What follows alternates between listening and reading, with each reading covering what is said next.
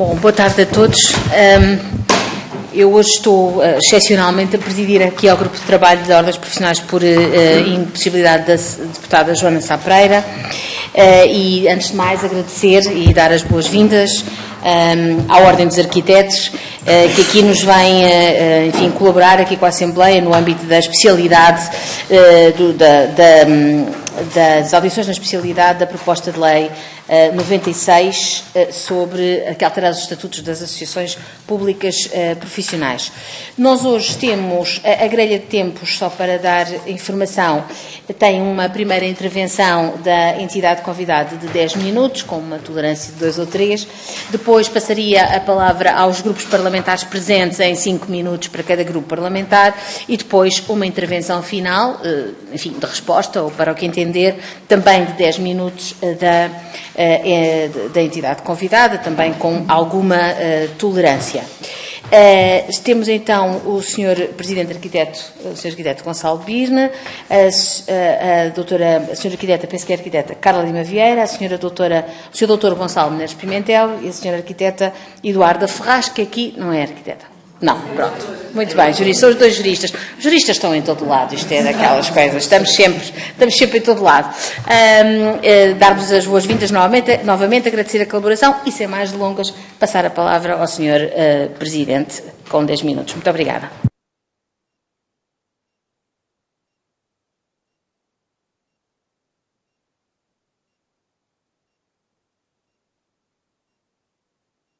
Eu tenho que o ligar, sim, já está.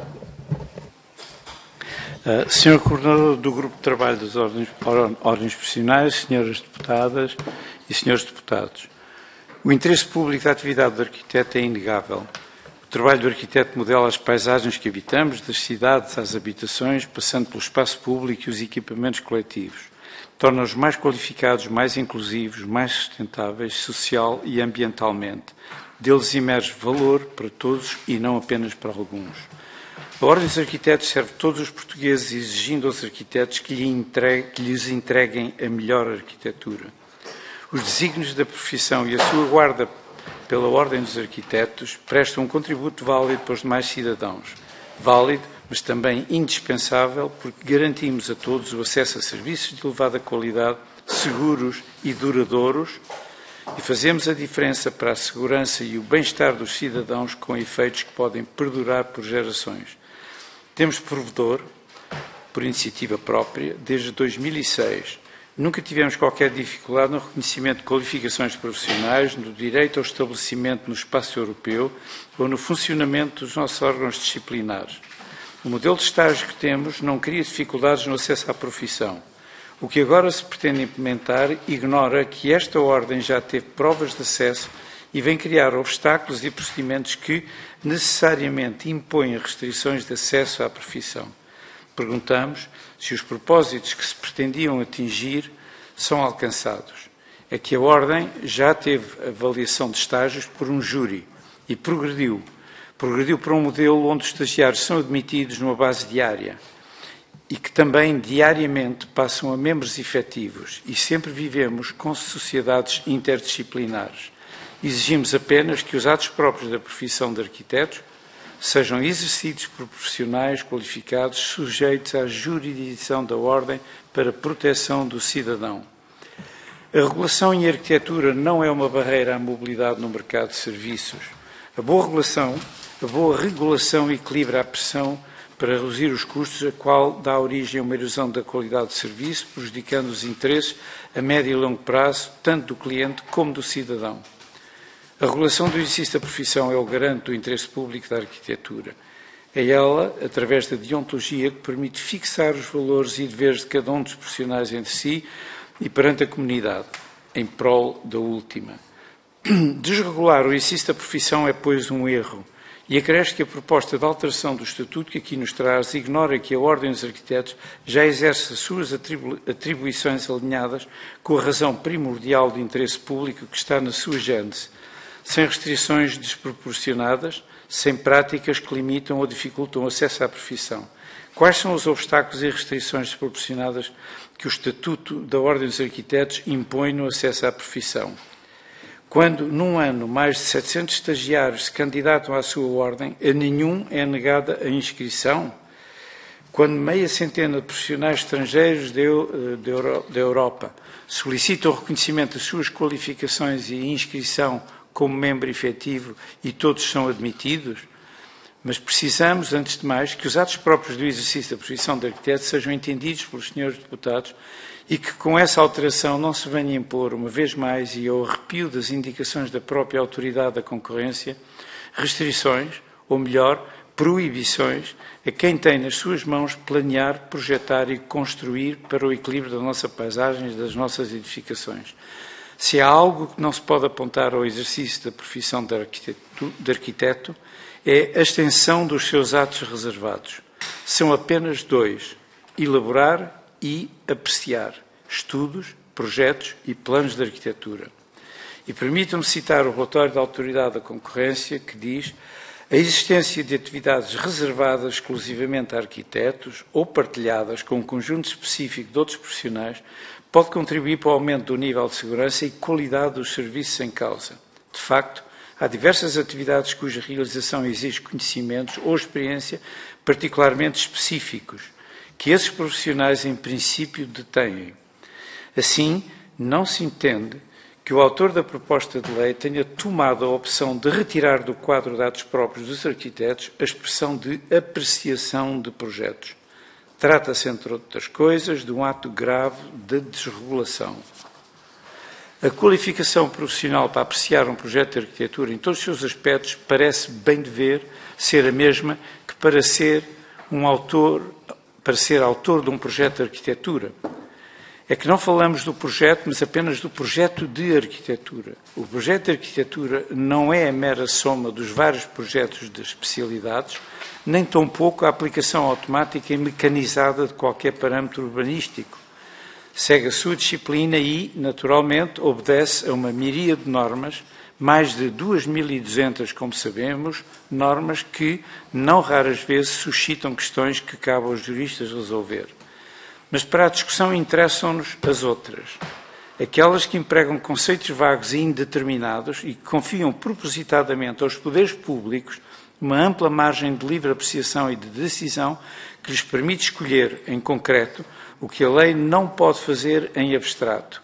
A opção mais conveniente para o interesse público no respeito pelos direitos e interesses legítimos do cidadão. Uma margem que tem de ser informada por parceiros dos mais variados saberes técnico-científicos, os quais não devem nem podem usurpar-se uns aos outros. O arquiteto não é o decisor, mas cabe-lhe informar e propor à decisão superior o resultado da sua análise. O arquiteto, a aplicação de que um arquiteto faz das normas aplicáveis obedece a um saber que lhe é próprio. A sua análise e apreciação exige formação e experiência nesse mesmo saber, não em qualquer outro. Onde acaba a inserção na paisagem e onde começa a organização do espaço interior e exterior? Onde começa e termina a adequação das soluções desenhadas aos fins e funções a que se proponham? E a salvaguarda dos interesses públicos urbanísticos relativos à salubridade, e ao conforto ambiental das edificações, à otimização dos recursos naturais, ao desenho universal, à reserva da intimidade da vida privada e familiar, à contextualização económica, social, cultural e ecológica das soluções e das utilizações. Estas são perguntas que cabe ao arquiteto responder. O facto do arquiteto não estar só e de cada vez mais precisar dos conhecimentos e experiências de outras profissões está consagrado na lei. Não é de resto muito diferente o que há 70 anos escrevia Le Corbusier, sublinhando, é um arquiteto célebre francês, sublinhando a importância de o arquiteto admitir à sua direita e à sua esquerda a presença de duas fontes de saber, o urbanista e o engenheiro. O mesmo vale para o arquiteto que aprecia o projeto de arquitetura numa entidade pública. Contar à esquerda e à direita com outros profissionais não significa fazer-se substituir. Apenas transpõe para este ato o princípio da equipa de projeto. É o contraditório entre arquitetos, o autor e o que aprecia. sustentado nas leis da disciplina e deveres recíprocos que partilham, que permite resolver problemas. Se a análise do projeto de arquitetura se bastasse com a aplicação tarifada ou mecanicista das normas legais e regulamentares, de certo bastaria o termo de responsabilidade do seu autor, como sucede com vários projetos de especialidades. E a apreciação seria dispensada. Mas é porque há juízos de mérito e qualidade em face do interesse público, de ordem estética, funcional, ecológica e económica, que as normas prevêem o diálogo entre os técnicos de igual habilitação, a académica e a profissional. A fase instrutória da arquitetura estabelece um diálogo entre quem elabora e quem aprecia. Um diálogo que pressupõe uma linguagem comum, a qual, por sua vez, pressupõe uma aprendizagem e experiência comuns. E esta relação responsável só é possível entre pares. Só faz sentido que quem aprecia o projeto conteste a responsabilidade assumida pelo arquiteto se ambos estiverem sujeitos à mesma deontologia e à mesma jurisdição disciplinar. Não é por acaso que, nos termos do Estatuto que temos em vigor, quem elabora e quem aprecia está obrigado a deveres do arquiteto como servidor do interesse público. Senhores deputados, a omissão da expressão apreciação colide com as normas dos júris de concursos de concessão do Código de Contratos Públicos. Colide com a atribuição da Ordem a indicar aos tribunais peritos arquitetos para litígios privados que envolvam a arquitetura, pois é a estes profissionais que se reconhece a competência para a apreciação. A elaboração e apreciação de projetos, planos e estudos de arquitetura constituem um núcleo essencial e relativo aos atos próprios dos arquitetos, à luz dos próprios critérios de proporcionalidade na persecução dos interesses públicos constitucionalmente protegidos. E a Ordem dos Arquitetos tem de continuar a ser um garante de confiança nos profissionais de arquitetos no mercado interno. É que a profissão de arquiteto, como o próprio relatório da Autoridade de Concorrência refere, já foi dito, é regulada em quase todos os países e até em países onde não era, como na Finlândia, a lei que vigorará a partir de 2025 vai no sentido da regulação e não da desregulação. Temos e queremos continuar a ter uma mobilidade superior a 90% de arquitetos ao nível da União Europeia e, na prática, e não obrigatoriedade de inscrição na Ordem para a Prática dos Atos de Arquitetura, levanta um... Devo terminar. Okay. Peço desculpa. Um problema com o direito de estabelecimento é que este baseia-se precisamente na apresentação no país de destino do comprovativo da inscrição da Ordem. Tudo isto somado, perguntamos-nos que agenda motiva esta ação discricionária e infundamentada sobre os arquitetos, uma ação que não tem paralelo nas outras profissões da construção.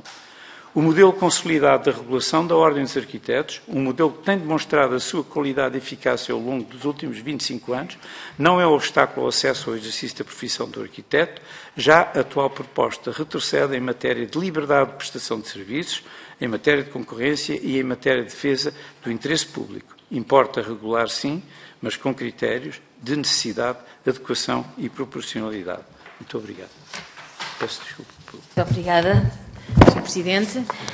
Não, ficou absolutamente dentro de mais do que tolerância. Muito obrigada. Então, dava desde já a palavra aos grupos parlamentares, começando pelo Partido Socialista, através do Sr. Deputado Hugo Costa. Faça favor. Muito obrigado, Sra. Coordenadora do Grupo de Trabalho, Deputada Coordenadora do Grupo de Trabalho, cumprimentar os Srs. Deputados e, naturalmente, em nome do Grupo Parlamentar do Partido Socialista, cumprimentar a Ordem dos Arquitetos, nomeadamente o Sr. Presidente, o arquiteto Gonçalo Braina, e também quem acompanha. Temos trabalhado em conjunto em vários temas, nomeadamente também noutra comissão, por isso certamente reconhecem, da parte do Grupo Parlamentar do Partido Socialista, uma disponibilidade para diálogo e trabalho de construção de pontos e de soluções. E este é mesmo este momento, é o momento da especialidade e, independentemente do ponto de partida, a disponibilidade do Grupo Parlamentar do Partido Socialista ter um diálogo construtivo na ótica do interesse público, de uma boa regulação e tentarmos, naturalmente, existe um conjunto de princípios, nomeadamente, que são conhecidos e que derivam também da Lei Quadro que o Partido Socialista e o Grupo Parlamentar do Partido Socialista defende, o que não quer dizer que um conjunto de matérias não possam, na especialidade, ser melhoradas em cada um destes regulamentos que estão a ser analisados, e a Ordem dos Arquitetos não é exceção. E uma primeira palavra é que, naturalmente, reconhecemos a importância dos arquitetos para aquela que é a qualidade do ordenamento do território, da sustentabilidade e da qualidade de vida dos cidadãos. Não temos qualquer dúvida disso, e a importância que os arquitetos têm nessa matéria. Por isso, novamente, o trabalho em conjunto. Uma primeira pergunta, e sendo um dos pontos essenciais desta proposta, está relacionado com a matéria dos estágios e do combate à precariedade, que é um ponto essencial, é um ponto crucial para o Grupo Parlamentar do Partido Socialista. Questionar, até porque colocaram de que ainda tornava mais difícil a atual proposta, o que é que seria para vocês uma solução adequada para a resolução desse problema. Nós sabemos bem que vocês não tinham exames, não é isso que estava em causa, e se concordam, qual é que seria o caminho para diminuir a precariedade e diminuir também estas matérias na ordem dos arquitetos. Depois, sobre a questão dos atos próprios e sobre essas matérias, percebemos a delicadeza do tema, vamos certamente em sede de especialidade olhar para o assunto, vamos estudar sobre o assunto e vamos debruçar-nos, e é esse o compromisso que posso dar, estudarmos o tema, olharmos para o tema, e certamente é esse. Acho que é importante a especialidade olhar para as matérias com esse olhar. Outra questão que para nós seria importante é como é que estas matérias também existem no contexto europeu. Disse que a grande maioria dos países europeus tinha esse sistema de regulação, e nós, obviamente, achamos que os arquitetos têm que ser regulados, e não é isso que está em causa nesta proposta, não é retirar a regulação aos arquitetos. Podemos estar a discutir os atos próprios, mas a regulação dos arquitetos continua a ser uma realidade. Mas nos países que existem a regulação, que é praticamente todos, nomeadamente na matéria da precariedade, do acesso à profissão, como é que é nos restantes países europeus? Se existem mais barreiras, menos barreiras, tentar também compreender essa matéria. Depois, questionar sobre a matéria, outras matérias, nomeadamente a questão do provedor, como é que olham para essa matéria da criação de um próprio provedor, como é que olham também para outras matérias, nomeadamente dos órgãos de supervisão, da abertura a entidades externas dos órgãos de supervisão. Percebo que estão habituados a trabalhar com sociedades multidisciplinares e, no caso da arquitetura, é óbvio que isso é uma questão basilar e normal. Também percebi que existem algumas reticências sobre essas matérias, sobre as sociedades multidisciplinares, perceber quais são as reticências que colocam e, no fundo, da parte do Grupo Parlamentar do Partido Socialista, reiteramos que, colocando naqueles que são os princípios bases da Lei Quadro, o combate à precariedade, a separação das funções da regulação das outras funções, aquilo que são claramente atos próprios, dados que não são atos próprios, são os pontos essenciais para nós desta Lei Quadro. Naturalmente, continuaremos disponíveis para trabalhar em conjunto com a Ordem dos Arquitetos, com as restantes ordens, para tentar melhorar esta proposta legislativa. Muito obrigado. Muito obrigada, Sr. Deputado Costa. Passava agora a palavra ao Grupo Parlamentar do PSD, o Sr. Deputado Paulo Muniz. Muito obrigado, Sra. Deputada Coordenadora do Grupo de Trabalho em Exercício, senhoras e senhores deputados. Cumprimento na pessoa do Sr. Presidente Arquiteto Gonçalo Birne, na Ordem dos Arquitetos e as pessoas que o acompanham, e começaria por centrar um pouco a nossa intervenção e a nossa visão sobre essa temática no papel das ordens. Nós já dissemos bastas vezes, aliás, deixe-me dizer-lhe, embora seja do conhecimento público, o PSD votou contra esta proposta em sede de apreciação na generalidade, mas dizia que o papel das ordens divide-se em duas dimensões muito importantes na nossa perspectiva. Uma primeira tem a ver com a regulação de profissões de confiança pública, onde estão subjacentes a esta confiança pública matérias de especial exigência no domínio científico, técnico e deontológico. E é por esta razão que o Estado, há muitos anos, temos ordens a fazerem 100 anos, há muitos anos delegou nestas organizações competências públicas que fazem com que o cidadão, ao dirigir-se a um arquiteto, ao dirigir-se a um engenheiro, a um médico, a um advogado, entre outros, tem, por via daquilo que é a matriz de garantia dada pelas suas ordens profissionais, a segurança que vai ter a prestação de um serviço que tem, na sua prestação, um enquadramento normativo rigoroso, tem um enquadramento jurídico rigoroso, tem um acompanhamento da atividade do ponto de vista disciplinar eficaz e também rigoroso, e tem, ao nível da deontologia e da própria aprendizagem destas profissões, uma evolução que as caracteriza diferentemente de outras, como nós sabemos. Portanto, esta primeira dimensão de garantia de serviço público é, para nós, absolutamente inalienável. O Estado delegou nas ordens durante dezenas de anos, aliás, desde o anterior regime do Estado Novo, e as ordens sempre assumiram com rigor esta prestação. A outra dimensão que nos importa aqui realçar, e que é talvez aquela que suscita esta iniciativa agora do Governo, quando a anterior e última, digamos, alteração estatutária teve origem na Assembleia da República, como sabemos, mas dizia que esta motivação que agora suscita esta proposta do Governo, que agora estamos a apreciar, tem a ver com uma das dimensões mais importantes do papel das ordens, que é a independência.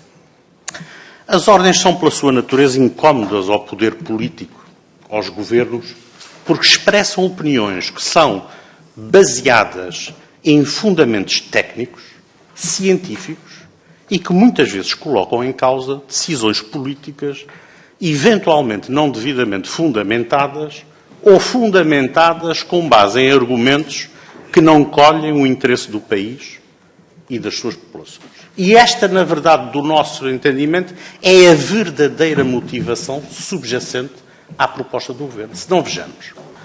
Pegando no exemplo concreto que o Sr. Presidente falou da apreciação de projetos de arquitetura, que é uma das vantagens que, efetivamente, o Governo quer retirar àquilo que é o escopo de funcionamento e de atuação dos arquitetos, vamos a um exemplo concreto. Imaginemos que temos um projeto de arquitetura para o novo aeroporto de Lisboa. Já imaginou a vantagem que o Governo teria em ter um correligionário seu a avaliar o projeto de arquitetura que não fosse um arquiteto? Isso é altamente conveniente. Esta alteração, que parece cirúrgica, bem intencionada, tem este e outros fundamentos que culminam, por exemplo, na criação de um Conselho de Supervisão, que é um limite máximo da ingerência política naquilo que é a atuação das ordens. Esta proposta do Governo o que quer fazer é transformar as ordens em meros registros do exercício profissional, ponto. Toda a regulação da profissão, tudo aquilo que é a atuação independente, autónoma, consciente, com base em princípios técnicos deontológicos que já são históricos, naturalmente que isto tem que ser retirado ao Governo, segundo esta proposta do Governo do Partido Socialista. Aliás, ela é o culminar do aviso do Sr. Primeiro-Ministro, quando todos bem se recordam, a quando da intervenção da Ordem dos Médicos sobre uma situação deplorável em Reguengos de Monsaraz, ou quando a Ordem dos Advogados se insurgiu para as questões humanitárias em Odmira, o Sr. Primeiro-Ministro avisou imediatamente nesta altura que as ordens não governam de algum modo ou não intervêm na ação governativa. Foi o primeiro grande sinal de alarme que iríamos ter a proposta que hoje temos. E, por conseguinte, gostaria que o Sr. Presidente nos elucidasse como é que vê, por um lado, a ingerência através do Conselho de Supervisão e, por outro lado, esta manipulação ostensiva, que parece quase um equívoco, de retirar àquilo que é o exercício de um arquiteto o poder de apreciação de projetos de arquitetura. E, se não fosse grave, pareceria, digamos, uma peça de humor, neste caso do humor negro, porque, de facto, não tem qualquer graça. De maneira que o PSD está comprometido com os interesses do país, com a elevação do nível das profissões e não com servir os interesses do Governo do Dr. António Costa. Muito obrigado. Muito obrigada, Sr. Deputado. Passava então agora a palavra ao Sr. Deputado do Chega, Sr. Deputado Jorge Galveias. Muito obrigada. Muito obrigado, Sra. Deputada Coordenadora. Agradeço a presença da Ordem dos Arquitetos, representada pelo Sr. Professor Dr. Gonçalo Birne, pela Sra. Arquiteta Carla Lima Vieira, pela Sra. Doutora Gonçala Neves Pimentel e pela Sra. Doutora Eduardo Ferraz. Senhoras e Senhores Deputados, estamos aqui reunidos pelo segundo dia consecutivo para reiterar aquilo que o Chega tem vindo a afirmar desde que foram conhecidas as primeiras linhas desta proposta. O Chega nunca teve dúvidas de que as ações do Governo liderado pelo Partido Socialista, que ironicamente se autodenominam defensores dos direitos, liberdades e garantias, bem como da liberdade de expressão e da autorregulação, mostram que não toleram a liberdade das ordens profissionais e dos seus membros. Não aceitam críticas, não admitem reconhecer problemas e não compreendem a necessidade de garantir serviços de melhor qualidade para os portugueses. E porque não conseguem controlar um setor significativo de profissionais que desempenham um papel fundamental na nossa sociedade, promovem uma ingerência excessiva e injustificada, tentando controlar entidades que devem operar de forma autónoma. Sob a fachada de conformidade com a diretiva relativa aos serviços no mercado interno da União Europeia, o Governo, perfeitamente absolutista, irá efetivamente recuperar o controle sobre as ordens, ignorando completamente a sua missão principal, a defesa dos direitos dos cidadãos e do interesse público. Com o aumento do poder do Conselho de Supervisão, cuja maioria dos membros não poderá pertencer à respectiva ordem, retiram peso dos Conselhos Gerais, órgãos máximos dentro de cada ordem, eliminando vários atos próprios de várias ordens, abandonando a necessidade de inscrição e com a possibilidade de controlar questões como cotas, especialidades, organização interna e disciplina das ordens, levanta-se a questão: qual será o verdadeiro propósito das ordens profissionais após estas alterações? O mais alarmante é que todo este processo decorreu com um completo desrespeito pelas ordens. As audiências foram meramente protocolares e o Governo concedeu apenas 2 dias úteis para que as ordens se pronunciassem sobre uma proposta de lei com 700 páginas. Isto não é apenas injusto, é, na nossa opinião, uma afronta à democracia. Escudam-se nestas audições que agora iniciam, mas veremos na votação, na especialidade, quantas alterações o Partido Socialista vai acolher. Veremos também se o real propósito desta lei será ou não a expandir o poder do Partido Socialista e recompensar os seus aliados políticos. E, posto isto, passo a colocar as seguintes questões. A Ordem mencionou que as audições não foram conduzidas de maneira adequada. Quais foram os principais problemas em relação ao processo de audiência e como é que isso afetou a participação da Ordem nos debates?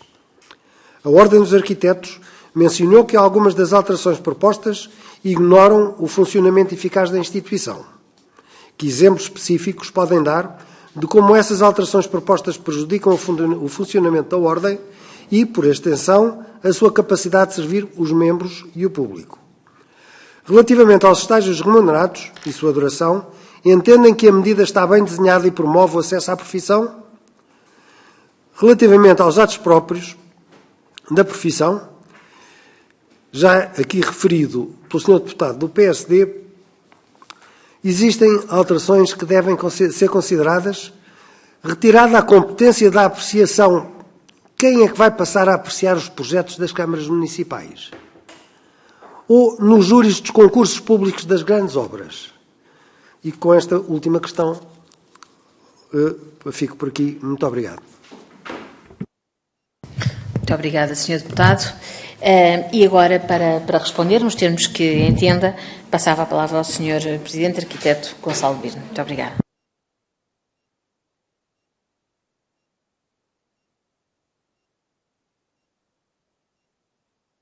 Muito obrigado, Srs. Deputados dos grupos parlamentares. Eu vou tentar responder por ordem de intervenção. A primeira intervenção do Sr. Deputado Costa, que volto a saudar, do Partido Socialista, que pareceu-me, de uma maneira geral, estar talvez dividida em 2 questões. A primeira que tinha a ver com a questão dos estágios.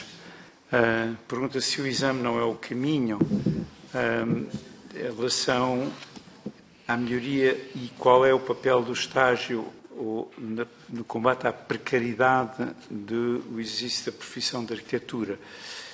De resto, pareceu-me que a questão mais central aqui prende-se com a questão da precariedade do exercício da arquitetura, porque também, não só em relação aos estágios, mas também refere em relação ao acesso à profissão, por exemplo.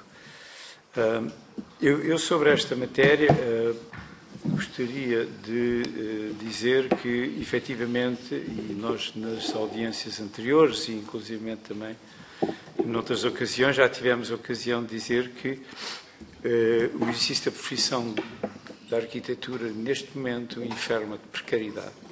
Mais até, costumamos ir mais longe e dizer há muita gente em arquitetura a exercer a arquitetura não só em condições de precariedade, mas em dumping declarado, ou seja, a produzir abaixo dos custos das despesas, digamos. Portanto, isto é uma situação que eu, em minha opinião, creio que é difícil relacionar com a questão do estágio. A existência do estágio na profissão da arquitetura está, creio que, mais que justificada e aceita, não vale a pena estar aqui novamente a repetir.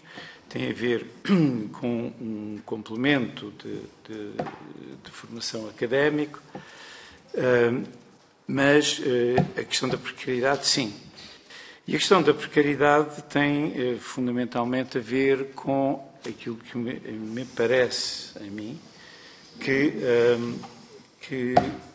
existe precisamente pelo não reconhecimento do que é o exercício da profissão da arquitetura.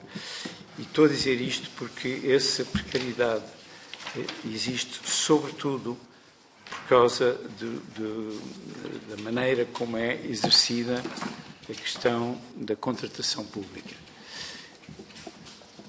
E sublinho a palavra exercida, porque o Código de Contratação Pública, que efetivamente, na nossa perspectiva, merece e deve ser revisto e reformulado até pela redundância que tem dos mais de 400 artigos, que provoca muitas vezes problemas de má interpretação e que muitas vezes acabam na discussão da jurisprudência.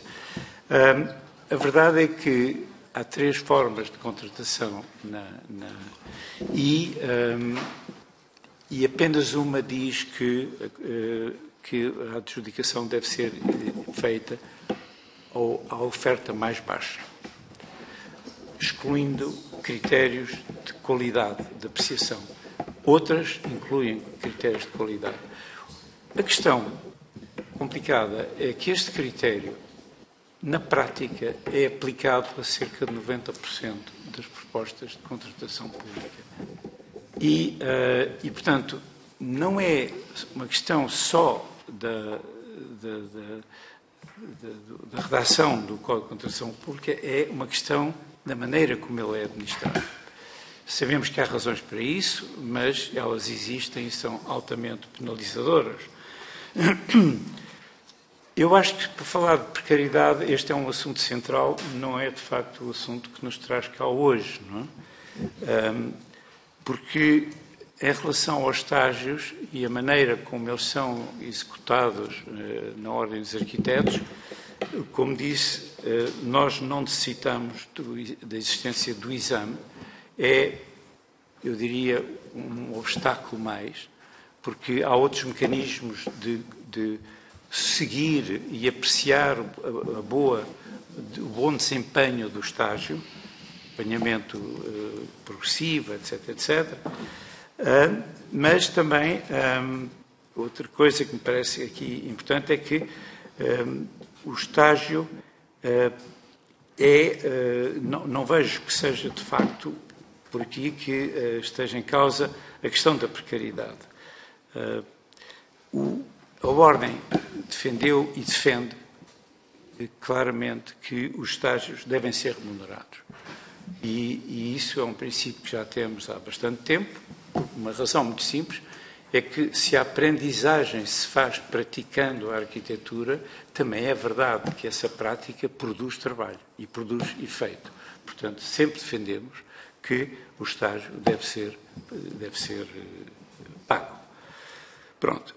A questão, eu depois vou passar, peço desculpa, só muito rapidamente, o Sr. Deputado Paulo Muniz do PST, eu creio que sim, de resto, bastante de acordo com o que disse, a questão que citou, a independência das ordens, por vezes, a questão da decisão sobre o aeroporto de Lisboa. O aeroporto de Lisboa, já tive a ocasião de dizer publicamente, os aeroportos são projetos extremamente complexos, onde também a arquitetura, obviamente, tem uma palavra, mas as engenharias, obviamente, têm, porque há questões de segurança, há questões de... o júri, no que toca aos aspectos da arquitetura, obviamente que tem que ter arquitetos presentes, não há dúvida. Portanto, em relação à urgência do Conselho de Supervisão, esta questão, nós já produzimos um parecer sobre isto, diria que não é uma questão tão importante para a Ordem dos Arquitetos, até porque estamos também já habituados a este tipo de supervisão por outras vias, até de verificação dos projetos, etc. E também de interação com outras profissões. Finalmente, o Sr. Deputado Jorge Almeida, muito rapidamente, eu estou de acordo com o que foi dito sobre as audições foram... Eu diria que as audições, de uma maneira geral, não nos podemos queixar. Nós, efetivamente, transmitimos a nossa opinião, que, nos casos, foi atendida, noutros não foi,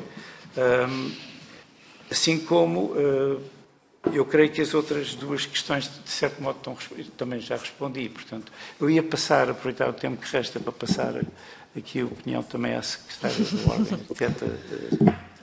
Então, muito obrigada. As perguntas foram muitas, variadas. Vou tentar fazer aqui alguma complementaridade ao que já foi dito. A primeira coisa, sim, o processo foi conturbado, mas sim, nunca deixámos de contribuir para ele e contribuir com propostas concretas e redações concretas, redações que vamos também agora deixar-vos para continuarem o vosso trabalho. E isso significa, naturalmente, abordar o tema dos estágios, o tema do Conselho de Supervisão. O provedor é uma situação relativamente pacífica na Ordem dos Arquitetos, como digo, não tem o mesmo impacto que terá noutras ordens profissionais. A questão que, de facto, é central para nós é a questão dos atos próprios. Eu gostaria de chamar a atenção precisamente para esta necessidade de quem está do lado, quem aprecia, ter exatamente a mesma qualificação de quem produz o projeto. Aquilo que é importante aqui perceber é que se os arquitetos têm que seguir uma série de normas, a verdade é que grande parte delas são normas muito indeterminadas. E se nós olharmos, por exemplo, para um regulamento municipal, e nós aqui temos desta vez o regulamento municipal de Mirandela, começamos a ler e diz: caberá à Câmara Municipal decidir, tendo por base, desde que não representem perigosidade ou outros inconvenientes, só são autorizadas edificações que conduzam à qualificação do espaço urbano através de soluções arquitetónicas que concretizem uma integração harmoniosa, não são autorizados edifícios que contrariem o alinhamento dominante. Tudo isto são uma série de definições que não são claras e que é preciso que os dois técnicos, e a palavra técnicos aqui é importante porque falamos de um saber técnico, se confrontem e tenham a mesma linguagem e, de facto, que estejam os dois obrigados aos mesmos deveres deontológicos. Portanto, essa é a razão pela qual, para nós, a questão dos atos próprios da profissão, atos que estavam estabilizados e têm estado estabilizados na Ordem dos Arquitetos há muito tempo é central. Da mesma forma, não entendermos como é que esta questão da apreciação se coloca em relação à Ordem dos Arquitetos e não se coloca em relação às outras ordens da área da construção. Portanto, os arquitetos estão obrigados ao controle sucessivo, tal como os engenheiros, mas também estão obrigados ao controle prévio, não é? E, portanto, por maioria de razão, precisariam que os seus projetos fossem apreciados por técnicos arquitetos. E, portanto, não entendemos a razão desta diferença que vem agora aqui surgir e é para nós uma situação importantíssima de ver corrigida. Nos países em que existe a regulação, como é a realidade do acesso à profissão? Vou se calhar terminar com esta sua, porque temos pouco tempo. Há de tudo, mas há claramente uma inversão, como disse o arquiteto Gonçalo Birne, no sentido de maior regulação e não de maior desregulação.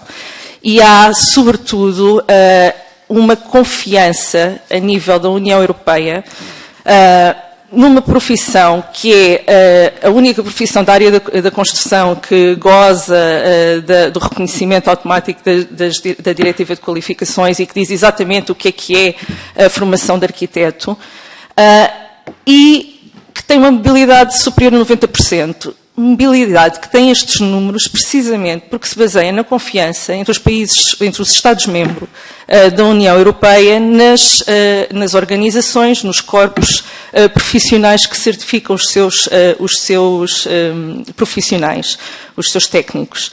E, portanto, fazermos algo que não tem paralelo nos outros países, está ao arrepio do que acontece nos outros países, é criar uma situação anómala, chamemos-lhe assim, difícil e que até agora não existia. Não sei se... Muito obrigada. Bem, muito obrigada. Nós é que agradecemos, dando assim por concluída esta audição. Não sei se há alguma...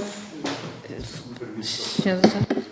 Nós ainda, a Ordem dos Arquitetos tem 3 parceiros, 2 do professor Nogueira Brito e do Dr. André Salgado Matos e ainda um terceiro, enfim, feitos por estes humildes juristas, mas tendo em conta a dimensão não trouxemos em papel, mas vamos entregar na Comissão ainda hoje por via e-mail, porventura. Era o que eu ia dizer, se havia alguma documentação, fosse entregue aqui em papel ou fosse para enviar, não sei se nós partilhamos o e-mail para o qual pode ser enviado. Muito bem, e portanto ficamos a aguardar, quer os que sejam mais na dimensão jurídica, quer os que tenham outras, e é sempre muito útil aqui para os nossos trabalhos. Muito obrigada. Obrigada.